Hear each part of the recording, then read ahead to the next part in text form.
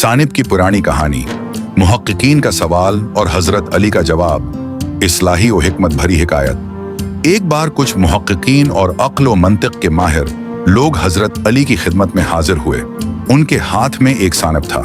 उन्होंने पूछा, या अली, ये सानब जहरीला क्यों है? ये इंसान को नुकसान क्यों पहुंचाता है? अल्लाह ने उसे ऐसा क्यों पैदा किया कि उसका डंक जान लेता है? क्या ये अदल है? वो इस सवाल से ये साबित करना चाहते थे कि अगर अल्लाह रहीम है तो फिर उसने जरर पहुंचाने वाली मखलूक क्यों पैदा की। हजरत अली मुस्कुराए और एक इंतहाई मुख्तसर मगर हिकमत से भरपूर जवाब दिया। हजरत अली ने फरमाया, अल्लाह ने सानब में जहर रखा लेकिन इंसान को अकल दी। नुकसान सानब ने नहीं किया, अगर हवा तो अकल के छोड़ने से हुआ। फिर हजरत अली ने मजीद फरमाया, दुनिया में कोई चीज बला हिकमत नहीं। सांप का जहर भी अल्लाह की पैदा करदा मखलूकात के निज़ाम का हिस्सा है, लेकिन इंसान को अख्तियार है कि वो उससे बचे या उसे बेवजह अपने करीब लाए। अल्लाह अक्ल आजमाता है, मखलूक नहीं। हिकमत व सबक। 1, हर चीज अल्लाह ने किसी हिकमत के साथ पैदा की है।